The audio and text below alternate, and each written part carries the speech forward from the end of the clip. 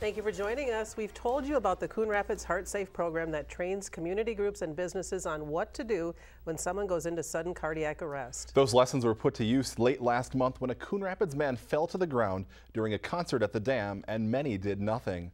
Our cameras were rolling at the concert when the medical emergency happened.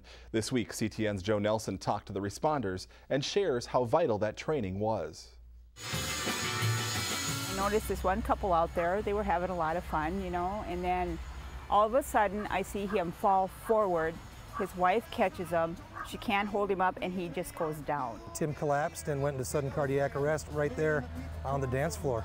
During the last song of a summer concert at the Coon Rapids Dam Regional Park, a select few in the crowd turned their attention away from the band on stage. People looked at him, turned away, continued dancing, continued on their way, or got out of the area. Mitzi Kellar and her boyfriend Scott Matson did not. I got up and I went over to see if he was okay, if he was breathing, if he could find a pulse or whatever, and she said no, and then so I immediately went off to the side to call 911. I'm thinking, this guy's not going to make it if you don't get an AED. Madsen went to find an automated external defibrillator, or AED. Jennifer Fritz and Mark Snell went to 65-year-old Tim Buck on the ground and used training they received through the Coon Rapids Heart Safe program to give him CPR. And they remembered their training and they stuck to their training, and they gave him compression-only CPR, which is the right thing to do. Tim Buck was clinically dead, but those compressions providing oxygen to his brain along with shocks from the AED saved his life.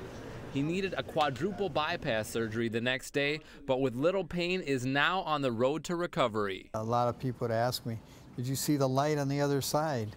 I said, no, I didn't see no light, but I only said as doctors when I got up, and I said that was quite interesting because, yeah, it was unbelievable. Every day from here on out is a day that typically 90% of the time, or 95% of the time, that this man wouldn't have had. I could easily have been on the other side and stuff, so I'm just real thankful for that and all the people that were there at the right time, at the right moment. Otherwise, I was history, so I thank God for that.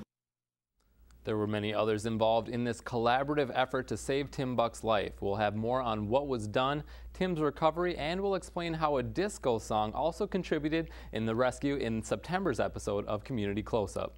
For more information on CPR training through the Heart Safe program, go to our website at ctnstudios.com. Steve and Karen. Oh, love a happy ending. Thank you, Joe, and welcome. Well, thank you. Thanks, Joe.